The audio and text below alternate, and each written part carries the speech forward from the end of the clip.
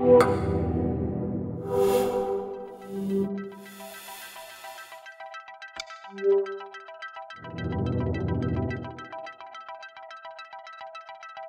buenas tardes. Como ha dicho Josep, me llamo Guillem Borrell. Ahora estoy en Kernel Analytics y vengo a dar una charla de un título un poco provocativo. A ver, tampoco es verdad que todo el Big Data sea igual, pero lo que voy a intentar durante esta media hora es demostrar que, a ver, no es igual, pero es parecido. Al final, todas las revoluciones industriales, y ahora estamos viviendo una revolución industrial, como es la revolución del Big Data, en el fondo vienen de aplicar a casos muy particulares ideas que ya existían. O sea, las revoluciones tecnológicas no son como las revoluciones científicas, no salen de sesudos análisis y de la nada, sino que salen de aplicar una serie de ideas muy sencillas para hacer que de repente todo sea mucho más fácil. Bien, primero una pequeña introducción. Soy doctor en ingeniero espacial, soy ingeniero aeronáutico y vengo del mundo científico. Hice la tesis en teoría y simulación numérica de flujos turbulentos, cosas así. ¿Vale? O sea, mi background es intentar entender estas cosas, simularlas con ordenadores y luego entenderlas. Tengo un Twitter, podéis seguirme, tengo una página web que nunca actualizo y ahora estoy en Kernel Analytics. Kernel Analytics es una empresa, o sea, es una boutique de modelos avanzados, de proyectos de analítica avanzada para empresas. Una cosa particular de Kernel Analytics es que primero, o sea, nosotros desarrollamos proyectos desde a lo mejor ayudar a una empresa a diseñar todo su stack de almacenamiento y proceso de datos, a terminar el proyecto e incluso hacerle la página web. Entonces nosotros hablamos de todo el proceso de análisis de datos, desde que llega el dato a la empresa hasta que hay una visualización o un proceso de business intelligence. Y luego una cosa también particular es que, claro, ahora se habla mucho del Big Data, pero también pues hace mucho tiempo que en ciencia se procesan los datos. Yo empecé a machacar datos allá por el año 2002-2003. Por aquel entonces, pues, R se usaba solo en universidades. Había incluso variantes de R que eran más populares. Python era un lenguaje de juguete. Scala no existía, ni mucho menos escalaba. Y las cosas que realmente se hacían en serio, los procesos críticos en ciencia, se hacían con C++ y con Fortran. Algunas veces se siguen haciendo con eso. El cálculo distribuido tenía poca implantación industrial, casi nula en marketing y ventas. Pero en cambio, yo que ya hacía este tipo de cosas por aquel entonces, sí tenía la sensación que el cálculo, la computación de altas prestaciones, era una ciencia madura. Tecnológicamente estaba maduro. Casi todas las cosas que se utilizan hoy en día ya existían hace 15 años, hace 20 años. Lo que pasa es que estaban aplicados a un ámbito distinto. Entonces, ¿por qué en todos los másters y cursos de ingeniería de datos se dice que el principio del Big Data es ese artículo de Jeff Dean y Sanjay Ghemawat del año 2004? Te dicen, esto es el nacimiento del Big Data. Y a mí eso me chirría, porque esto es del año 2004. Entonces, esto que fue el nacimiento de Hadoop, que es lo que ha transformado, ha industrializado el proceso de datos a gran escala, yo siempre digo que el Hadoop no fue el inicio del Big Data, fue el inicio del Cheap Data. No es lo mismo crear algo que industrializarlo.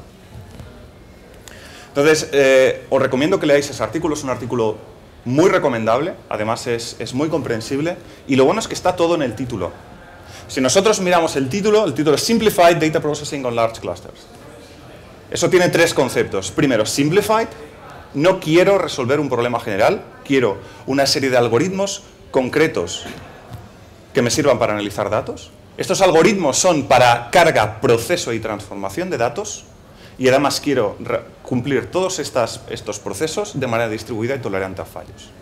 ¿De acuerdo? No estoy intentando resolver el problema general, estoy intentando resolver un problema muy concreto. La revolución fue darse cuenta que realmente no estamos intentando resolver el problema general de proceso de datos. Del mismo modo que un chorro turbulento simulado en un ordenador no es lo mismo que una tabla. Tampoco necesito la misma arquitectura para resolver un problema que para resolver el otro. Esa es la observación, es así de sencilla.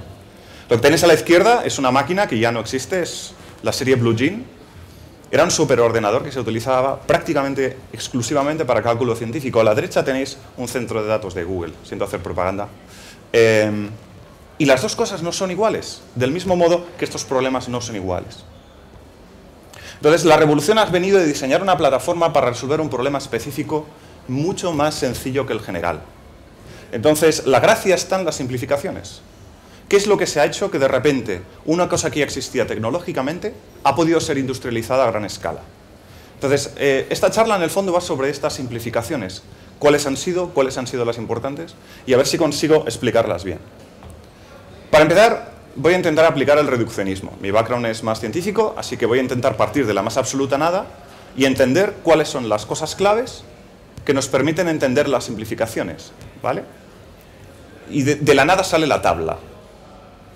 Por suerte, por desgracia, aún no hemos encontrado una estructura mejor para procesar datos que meter los datos en una tabla. Algún día, a lo mejor, llegará alguien, tendrá una idea feliz, encontrará un sistema mejor. Pero hoy en día lo que tenemos son tablas, ¿vale? Entonces, si podemos partir de la tabla, vamos a intentar entenderla. A ver, ¿qué es una tabla? Pues una tabla es una serie de datos, están organizados en dos dimensiones. En una dimensión lo que tenemos son qué puede ser cada dato. ¿De acuerdo? El esquema de los datos. Lo que está en la cabecera, en horizontal, se llama esquema. Y lo que está en vertical me ayuda a localizar cada una de las filas, cada uno de los registros. Esto es el índice. ¿De acuerdo? Y fijaros que con el esquema y con el índice ya puedo localizar cualquier dato dentro de la tabla. No solo lo puedo localizar, también sé lo que es. ¿Y si tengo más tablas? Pues le pongo un nombre a cada tabla, ya está. Tengo el nombre de la tabla, tengo su esquema, es decir, lo que contiene o lo que puede contener, y tengo una manera de localizar cada uno de los registros. Ya puedo localizarlo todo. Entonces, acabo de encontrar una manera así de sencilla, trivial, de guardar los datos donde a mí me dé la gana y como a mí me dé la gana.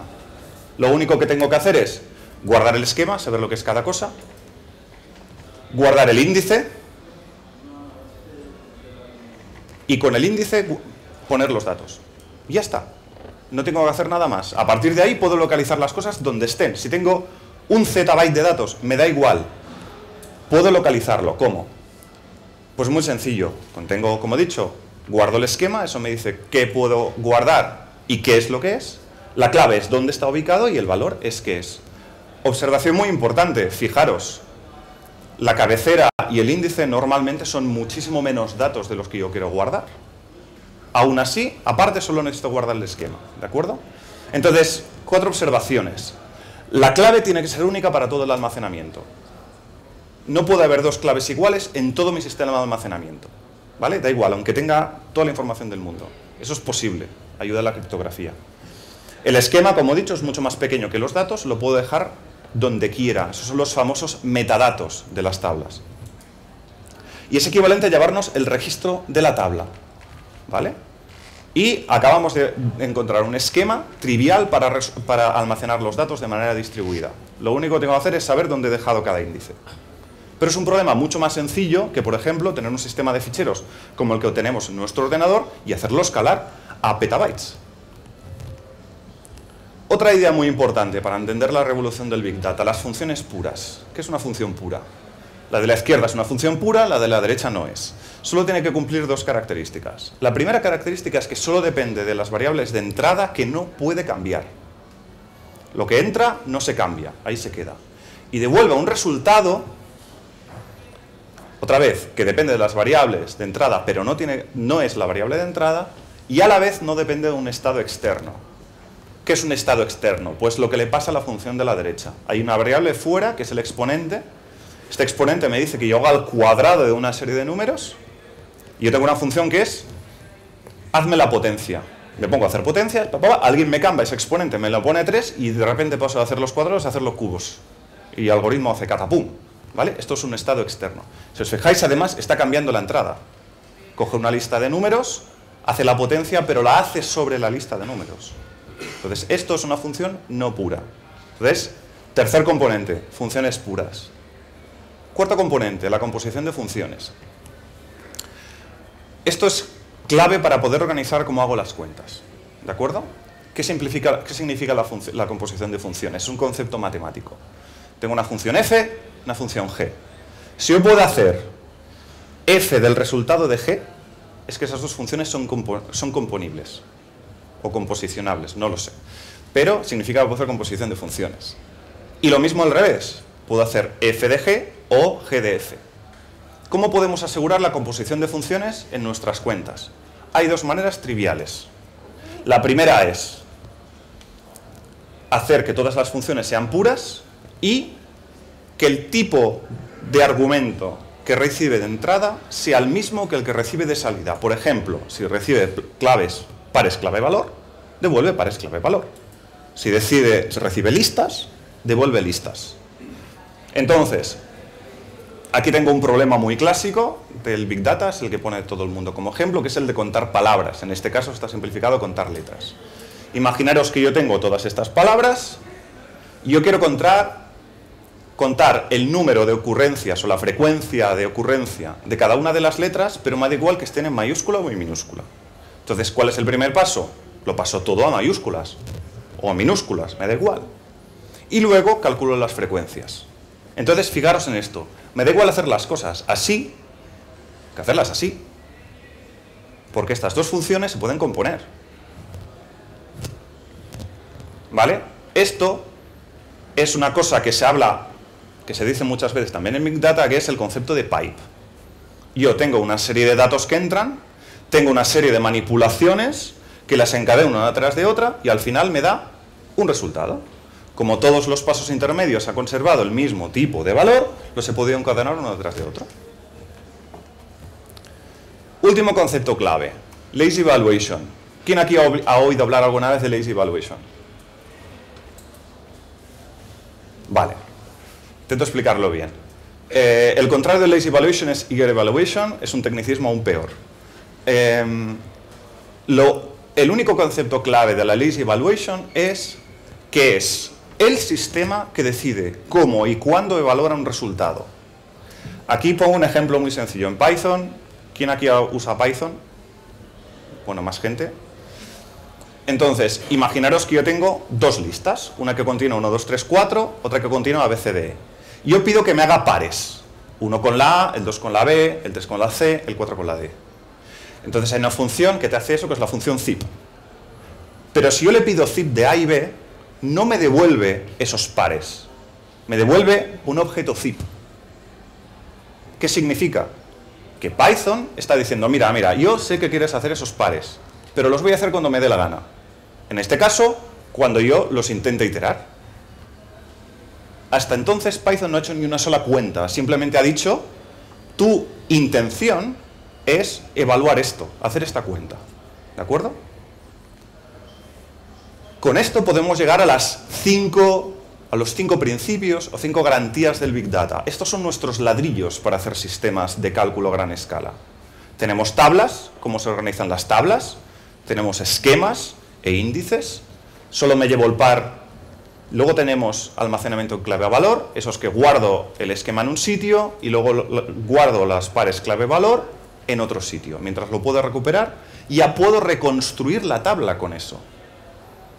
¿De acuerdo? He conseguido romper todo en cachitos muy pequeños y tengo la manera de reconstruir los cachitos grandes. Lo siguiente son las funciones puras. ¿Qué me permiten las funciones puras? Lo que me permite es, al no depender de un estado interno, evaluar las cosas donde yo quiera. No necesariamente necesito evaluar exactamente dónde esté el dato, puedo llevarme la función a otro sitio. Con la composición de funciones, que eran una propiedad muy importante de estos sistemas, que es la homogeneidad. ¿Vale? Yo puedo cortar el sistema en cualquier punto y sabré que lo que viene antes o después es una función pura que devuelve una cosa que yo sé que es lo que va a ser. ¿Vale? Y finalmente la lazy evaluation, que es dejar a la infraestructura decidir cómo y cuándo va a hacer los datos. Si yo le paso la función f y g y se da cuenta el sistema que hacerlas así da más rendimiento, pues que lo haga. ¿De acuerdo? Una observación más. Lo de abajo, estas últimas 3 garantías, por los que sepan lo que es la programación funcional, es cómo trabaja normalmente la programación funcional. Por eso, lenguajes funcionales como Clojure, como Scala, como R, son lenguajes que se adaptan muy bien a la analítica de datos. Aún así, esto no es una condición imprescindible. No es que haya que utilizar lenguajes funcionales para hacer analítica. Y luego entraré en una cosa muy importante que es entender qué significa lo de hacer las cosas de una manera declarativa, a diferencia de hacerlas de una manera imperativa. Pero lo más importante es que con estos 5 principios ya podemos entender la mayoría del Big Data.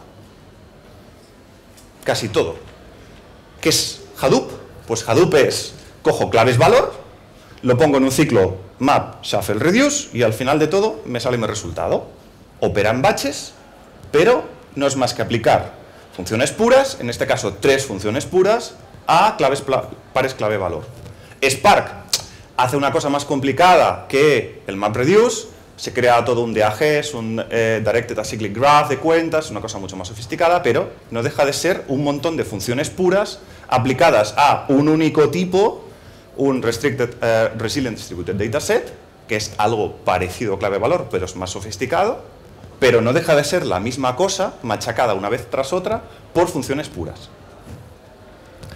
Storm hace también lo mismo. En vez de RDDs, usa tuplas.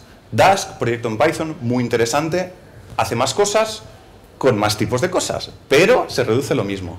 Y TensorFlow, aunque parezca que es una cosa muy sofisticada, es lo mismo. La única diferencia es que la función pura no solo te calcula el valor, sino que además te calcula la derivada.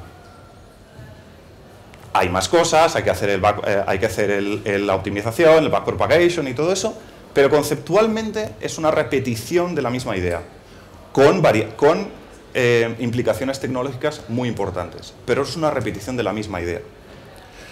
Luego, dentro de la jerga del Big Data se dice, no, si es streaming, si son batches.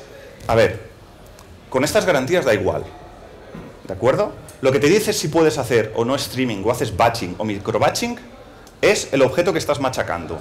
Si estás machacando pares clave valor, tuplas, listas, puedes hacer las cosas en un stream de datos. Si tú necesitas mantener una integridad en los datos, como es un RDD o son data frames, pues no puedes romper las cosas demasiado. Pero al final son los mismos conceptos repetidos una y otra vez. Entonces, ¿qué es esto de la semántica declarativa? ¿Cuál es el precio medio de la gasolina de 95 para todas las provincias cuyo nombre empieza por P? Y tengo una tabla que contiene provincia, municipio, localidad, código postal, ¿vale? Y todos los precios de las gasolinas. Entonces, si tengo este problema analítico, yo quiero saber cuál es el precio medio de la gasolina de 95 para todas las provincias con nombre empieza por P. Yo lo puedo hacer así. Esto lo voy a enseñar en Python, ¿de acuerdo? Eso puede ser súper lógico, ¿de acuerdo? Digo, esta es mi tabla de gasolinas, me voy a la provincia y pido si el nombre de provincia empieza por P. Y eso es mi filtro. Cojo ese filtro y digo, mira, dame los precios desde las gasolinas donde las provincias empiecen por P. Y luego digo, bueno, para todas esas provincias, ¿vale? Me las agrupas, precio de gasolina 95, me sacas la media. Y me lo sacas por pantalla. Vale. Si yo quiero hacer eso Big Data Style, ¿qué problema hay? A ver. Si entra una tabla, tiene que salir una tabla. ¿No? Está saliendo otra cosa, una serie de pares. ¿Vale? Y otra cosa más. Le he dicho al sistema lo que tiene que hacer en cada paso. Le digo, mira, aquí calcúlame el filtro. Aquí me sacan los precios. Y aquí me agrupas. Tampoco es Big Data Style eso. Es decirle de manera explícita lo que tiene que hacer en cada paso y además sacarme un valor que me gusta más a mí que el sistema. ¿Cómo se hace eso Big Data Style? Así. ¿De acuerdo? Fíltrame, agrúpame, agrégame. Coges una tabla, devuelves una tabla. ¿Alguien que sepa más de Big Data? ¿No le suena eso muchísimo a Map, Shuffle, Reduce? Otra cosa más. ¿Esta sintaxis no es súper parecida a esta? ¿Vale? ¿No es la misma cosa en el fondo? Eso es la sintaxis declarativa. Yo le digo al sistema lo que tiene que hacer, el sistema lo hace. Si lo digo de una manera que sea afín a la manera de hacer las cosas, todo va a ir mejor. Bien, pero está muy bien esta teoría y que esto sí, 5 cosas, con eso hago todo el Big Data y tal, pero al final yo antes me dedicaba pues a la ciencia dura, no a la analítica de datos. Entonces a mí me dijeron claramente que todas estas teorías son buenas en medida a que te permitan hacer predicciones sobre el futuro. Porque si tú haces una teoría anticontenida, es como si os digo que hay una hocha con forma de vaca en el lado oculto de la luna y no lo sabes. Tienes que ir ahí a comprobarlo. Entonces, voy a hacer una cosa un poco arriesgada, que es sacar la bola de cristal. Es hacia dónde va todo esto, teniendo en cuenta que estos 5 principios se tienen que seguir conservando. ¿Hacia dónde va esto? ¿Alguien sabe lo que es la ley de Moore? ¿Os suena la ley de Moore? La ley de Moore lo que decía era que, y eso fue más o menos válido hasta el año 2007-2008, es que cada 18 meses, con una cantidad fija de dinero, cada 18 meses comprabas el doble de transistores en un procesador. Vale, esto se acabó el año 2012. Lo que implica es que la misma cantidad de dinero, con el tiempo, ya no te compra más potencia de análisis de datos. Te comprará otras cosas, pero no te compra más potencia de análisis de datos. Eso saturó el año 2012. Entonces, ahora, el mundo en el que vivimos, tecnológicamente, es que la misma cantidad de dinero te compra al mismo número de transistores. Y lo que haces es colocarlos de la manera mejor posible. En eso la tecnología ha avanzado un montón. Pero el número se mantiene más o menos constante por unidad monetaria. ¿Pero qué problema hay? Tenemos la misma potencia bruta de cálculo, pero tenemos cada vez más datos, cada vez más casos de negocio, cada vez más complejidad analítica, muchísimas más expectativas sobre lo que tiene que hacer el Big Data. Pero tenemos los mismos transistores, ¿de acuerdo? Entonces, ¿qué problema tenemos? Pues que ahora tenemos que coger la mayoría de tecnologías, sobre todo el hierro, lo que se ha quedado estancado en desarrollo, y aprovecharlo cada vez mejor. Entonces, ¿hacia dónde va todo esto? Pues va hacia herramientas más complejas, va también hacia arquitecturas heterogéneas. Luego os explico una anécdota que tengo sobre el half-float. El half-float es un número que casi no tiene precisión, o sea, no te deja, es entre la millonésima y 1 millón. Te quieres ir más arriba, no sabes lo que hacer, ¿vale? Es un número, ¿cómo poder codificar un número con la cantidad mínima de memoria posible? Eso tiene unas consecuencias a nivel de computación tremendas. Planificadores, optimizadores, cómo hacer las cosas mejor, dejarle un sistema que planifique mejor cómo quiero analizar los datos. Para los que usen Python, especialmente Pandas, hay un artículo del creador de Pandas muy interesante en el que básicamente pone a parir a su propio hijo y dice todo lo que está mal. Y es un artículo bastante ilustrativo sobre hacia dónde va el análisis de datos. Mejores drivers para bases de datos, compresión para mover un dato de un sitio a otro siempre. UDF es User Defined Function, es una función que yo le paso al sistema para que evalúe. Eso habrá que compilarlo, habrá que optimizarlo. Cada vez más funcional, cada vez más declarativo. Entonces, parece que nos vamos a un mundo así un poco complicado, donde las cosas técnicamente cada vez serán más difíciles. Pero, otra vez, al final debemos tener en cuenta que todas las cosas que cumplan las propiedades de las que he hablado van a ser capaces de utilizar de manera eficiente las plataformas de Big Data que tengamos en el futuro. Ahora tenemos Spark, tenemos Dask, tenemos Impala, tenemos Hive. Todas más o menos hacen lo mismo, todas se basan en los mismos bloques y al final parece que todas se usan de la misma manera. Nosotros le pasamos una sentencia SQL o algo parecido, luego dentro hay magia, se optimiza todo un montón y al final sale nuestro resultado. Vale. Pero esto tiene un pequeño problema. Esta consulta tiene un error, pero aún así devuelve un resultado. No en todas las bases de datos, en alguna de ellas. Aquí me he olvidado de poner un alias en las dos tablas y cosas muy malas pueden pasar. Si la base de datos es muy buena, me dice, no estás haciendo las cosas bien. Entonces, las sintaxis van a seguir siendo las que tenemos hoy en día, van a seguir existiendo, van a seguir soportando las maneras en las que hacemos las cosas hoy en día, pero yo creo que nos acercamos a la revolución del data frame. Todo esto empezó con las tablas y creo que va a acabar con las tablas. Y va a aparecer una sintaxis mejor, más específica para poder procesar tablas y sacar resultados a partir de ellas. Lo que hacen esta consulta y esta consulta es lo mismo. Lo que hacen es que calculan el ratio de inversiones a una cartera que tiene cada uno de los inversores de un pool de datos. ¿De acuerdo? Pero vamos a esto. Yo tengo una tabla, la uno con otra tabla, como de esta manera, le asigno esta variable, evalúo esta sentencia, agrupo de esta determinada manera, agrego los grupos de esta manera, evalúo esta extra sentencia, ordéname los valores y al final me da el resultado. ¿Cómo? Da igual, eso es como el sistema decide cómo utilizar esos bloques de los que he hablado antes. Pero esto en el fondo es el futuro. Quizás dejar de hacer las cosas, tal como nos la contaban en la universidad, entender cuáles son las implicaciones de bajo nivel de hacer todas estas cosas, pero al final vamos a tener que dejar un poco manos libres y dejar que cada uno de los sistemas que está planeado para implementar todo esto y hacerlo en la práctica, devolvernos una tabla, va a hacer lo correcto. Porque cada vez será más complejo hacer las cosas mejor con los mismos recursos. Otra cosa más importante, esta sintaxis ya existe. Si usáis Panda, si usáis R, si usáis Spark, si usáis Sparkler, Flink, Arrow, casi todas las herramientas que están ahora llevando la innovación de todo el tema de análisis de datos están ya utilizando este tipo de sintaxis. Muchas gracias.